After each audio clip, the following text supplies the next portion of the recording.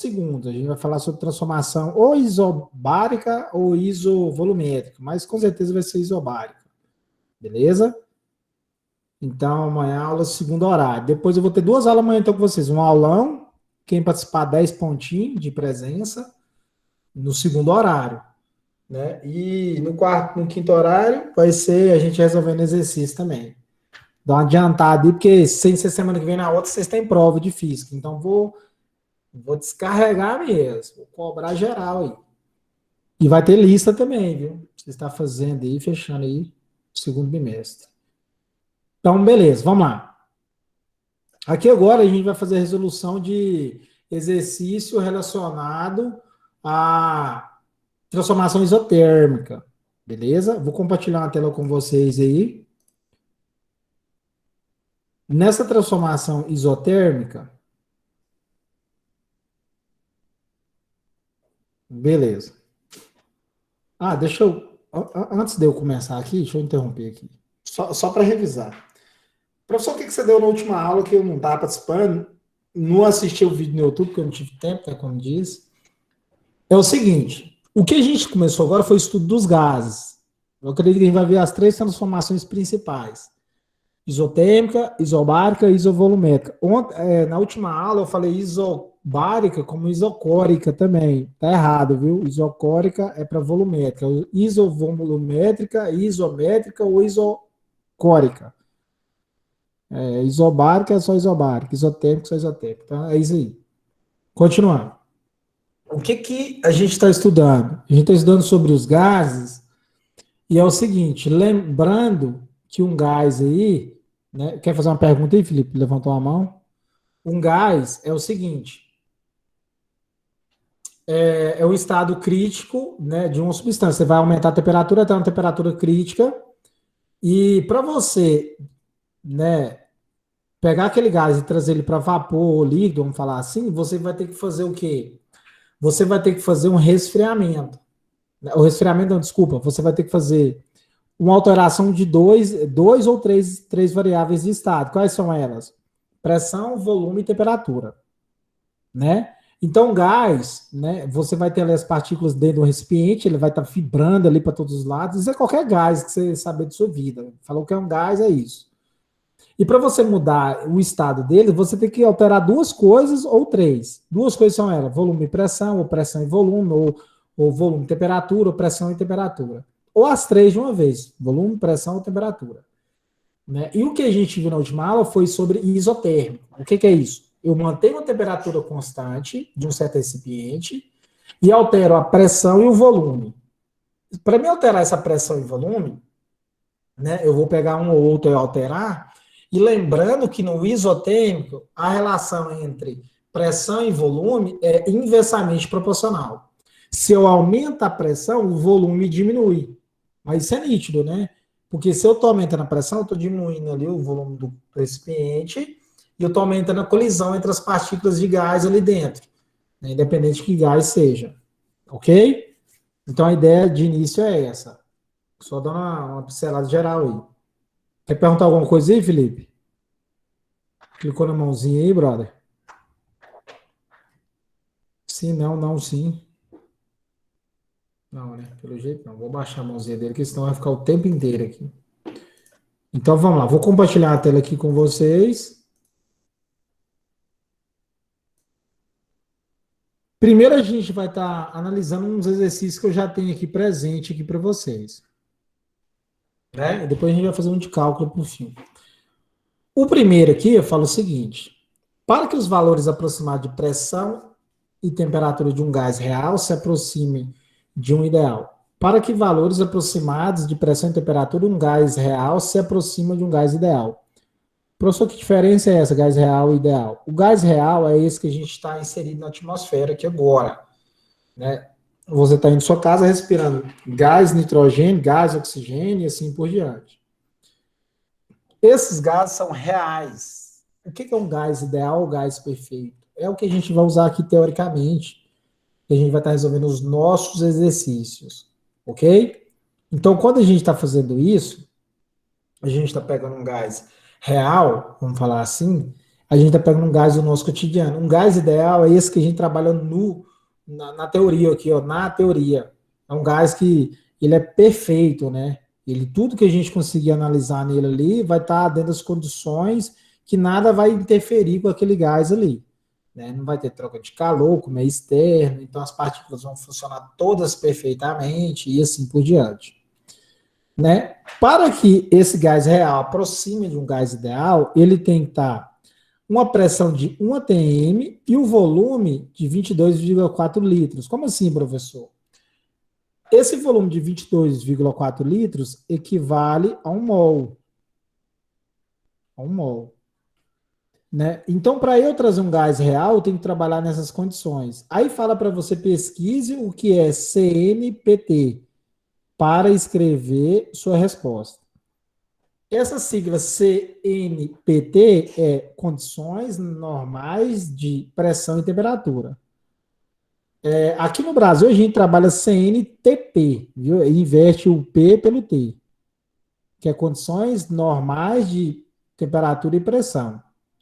O que é isso? Para um gás real estar próximo de um gás ideal, que é o gás que a gente usa teoricamente aqui para estudar, que é um gás que só tem na teoria, você tem que estar numa temperatura de 0 graus Celsius, que equivale aqui, ó, se você analisar, a 273,5 Kelvin. Então, uma das duas temperaturas, é tudo igual, é tudo o estado físico da matéria vai estar igual aí. Estado de agitação das partículas, beleza. Estado de agitação, né? A pressão tem que estar a 1 atm, ou, peraí, deixa eu só aceitar que ele chegou aqui. Boa noite.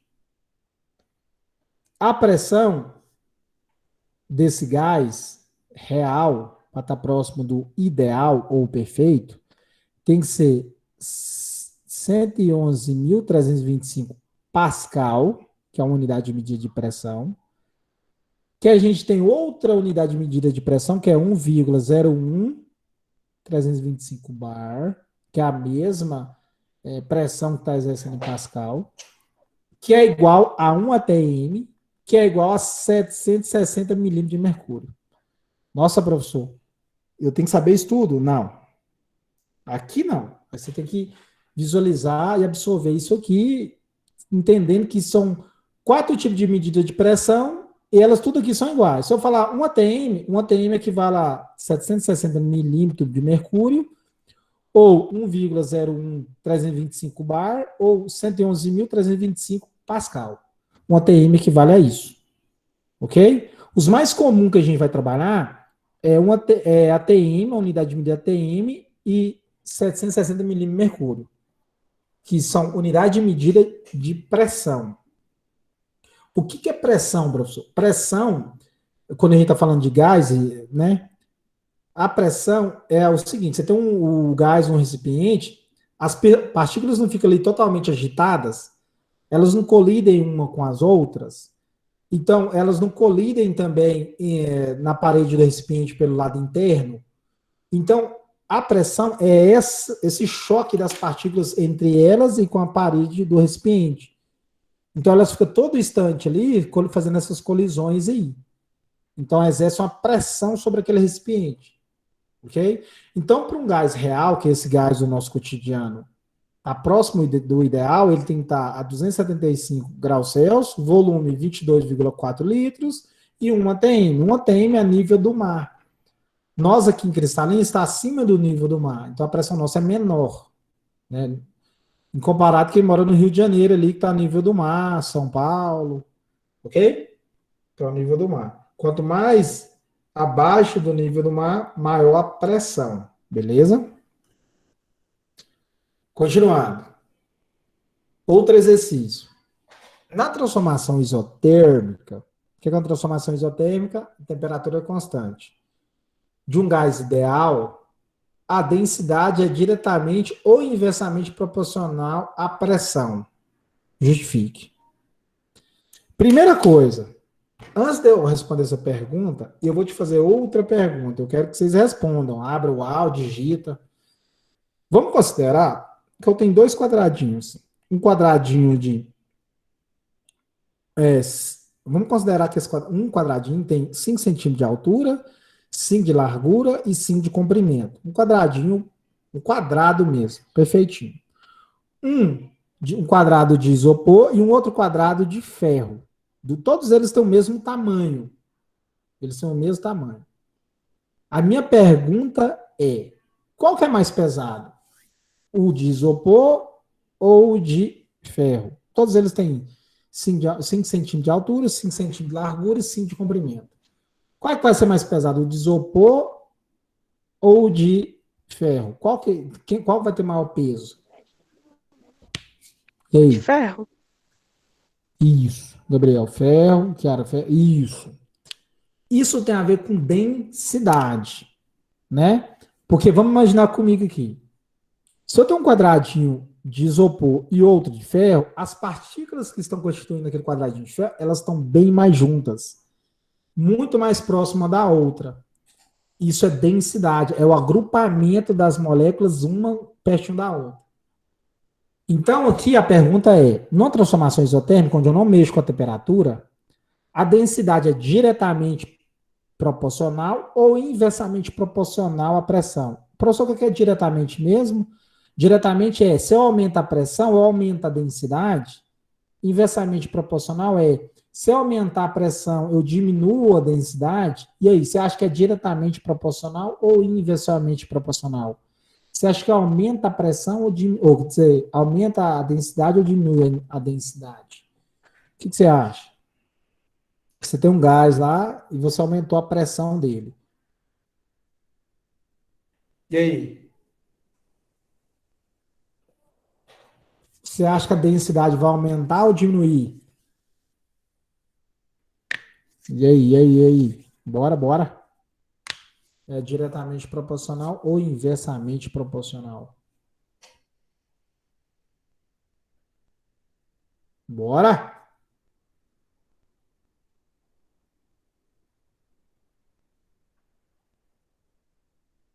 Gabriel falou que é diretamente proporcional.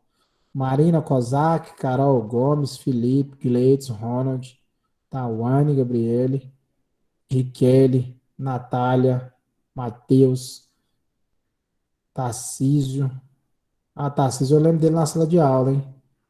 Eu acho que é isso mesmo. Ana Luísa, Francisco, Ilana, Vitória, Wesley, Pedro e Sara. Bora? Então vamos lá. A ideia aqui é o seguinte. Diretamente, essa. Isso aí, meu brother. Pedrão, isso aí. Olha isso aqui. Você tem um recipiente, vamos imaginar o seguinte. Esse recipiente ele tem 10 centímetros de altura, 10 de largura e 10 de comprimento. E 10 de comprimento. A outra mandou ali diretamente uma pergunta. Diretamente o que você está me perguntando? Eu tenho uma raiva disso. A pessoa tem medo de errar, manda uma pergunta no lugar da resposta. Afirma o que você acha. Errar é melhor do que acertar no processo de aprendizagem, viu? Essa é a minha teoria, né? Meu postulado. Então vamos lá. Você tem lá o tamanho do recipiente. Cara, vamos pensar comigo. Se você está aumentando a pressão, você está fazendo o que com o volume? Você está diminuindo o volume. Na transformação isotérmica, você está fazendo isso. Você está aumentando, né, a pressão, então você está diminuindo o espaçamento entre as partículas. Você está agrupando mais essas partículas de gás. Se você está fazendo isso, você está aumentando a densidade, cara. Porque a densidade é você diminuir o espaço entre as moléculas ali. Né? Quando eu falei do isopor, você repara, quando você corta o isopor, querendo ou não, tem uns furinhos ali, uns espaçamentos. Então, quando você, na transformação isotérmica, você aumenta a pressão, você está aumentando a densidade, é diretamente proporcional. Ok? Essa resposta já mandei lá no grupo, então vou nem digitar isso aqui. Beleza. Justifique, como se justifica o aumento de pressão exercida por um gás quando o volume é diminuído, mantendo-se constante a sua temperatura? E aí, como é que você justifica isso? Né? Como é que você justifica quando você aumenta, você vai lá, aumenta a pressão só diminuindo o volume? Então vamos lá. Como se justifica o aumento de pressão exercido por um gás quando seu volume é diminuído, mantendo-se constante sua temperatura? Cara, eu acabei de falar aqui, ó. Vamos imaginar comigo. Você tem um recipiente fechado e você começa a diminuir o volume dele. As partículas de gás estão ali dentro. Vamos imaginar o seguinte: você tem uma caixa, igual eu falei com os meninos da outra aula, de 1 metro de altura, um de largura e um de comprimento. Por um. Uma caixona quadrada. As partículas, quando bate numa parede e vai até a outra, vamos considerar que ela vai horizontalmente ali, ela tem 1 metro de distância. Se você diminui o tamanho da caixa de 1 metro para meio metro, que é 50 centímetros, a partícula vai ter uma distância menor para percorrer. Então, você vai aumentar a colisão entre as partículas e a parede interna daquele recipiente. Se você aumenta isso, se você está diminuindo o volume, você está aumentando a colisão das partículas. Então, você está aumentando quem? A pressão também. Porque pressão é uma ideia que vem de... os gases estão ali dentro das partículas, elas ficam batendo ali, querendo sair. Elas estão aumentando a pressão. Pô, eu quero sair e tal. Se você diminuir o volume, elas vão ficar mais caóticas ainda. Elas vão ficar mais loucas, né? Vamos falar assim. Então, elas vão ficar batendo mais ainda. Vão aumentar essa colisão inúmeras vezes. Ok? Então, como se justifica o aumento de pressão exercida por um gás quando o volume é diminuído, mantendo constante temperatura? A temperatura você não vai alterar. Então, a justificativa é, eu diminuindo o volume, eu vou aumentar o número de colisões das partículas ali, entre elas e também com as paredes do recipiente. Então, aumentando a colisão, aumenta a pressão. Ok? Beleza. Um gás ideal a 27 graus Celsius sofre uma expansão isotérmica. Fechou aqui o exercício. Agora, último exercício aqui para a gente estar finalizando. Ele fala o seguinte: um gás ideal a 27 graus Celsius sofre uma expansão isotérmica do estado A para B, conforme mostra o gráfico. Determine para o estado B a pressão, volume e a temperatura do gás, a temperatura absoluta do gás. Beleza.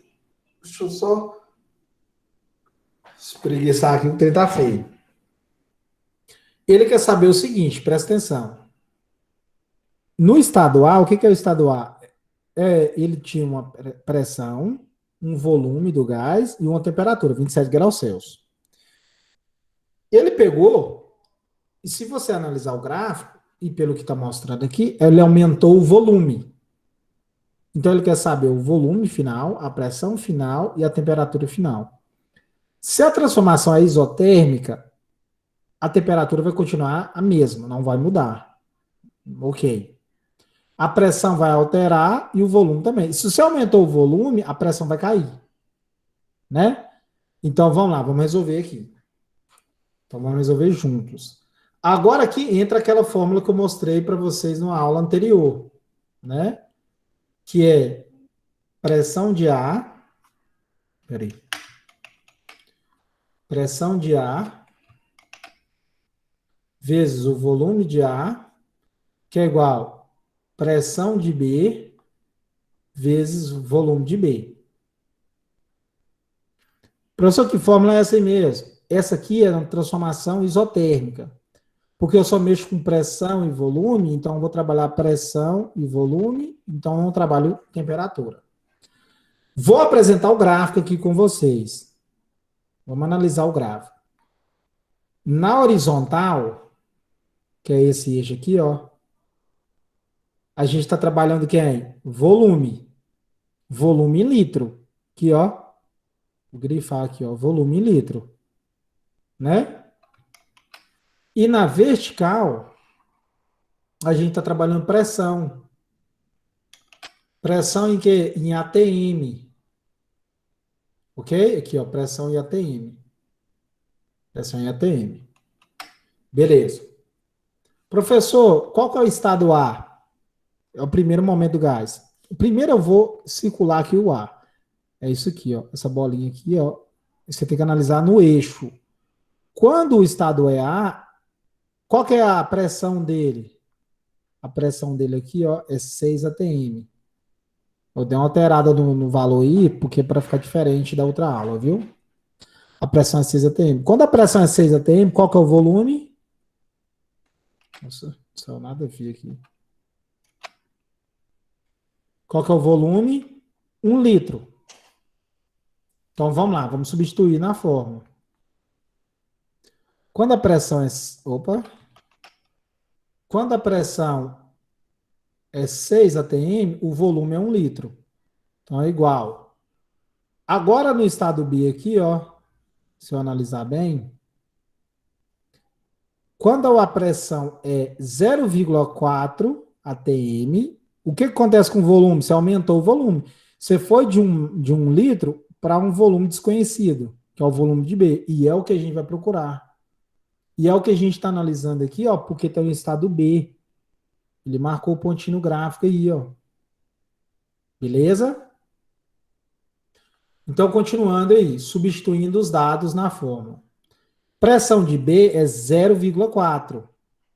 Você foi de 6 atm para 0,4. Você aumentou ou diminuiu? Diminuiu a pressão. Bastante, né? Diminuiu. Então, se você diminuiu a pressão, o que, que vai acontecer? Se é uma transformação isotérmica, você está aumentando o volume. Beleza? Então, o volume você não sabe, então é VB. Ok? Então, continuando aqui, ó. Quanto que é 6 vezes 1? Agora eu vou resolver. 6 vezes 1 é 6.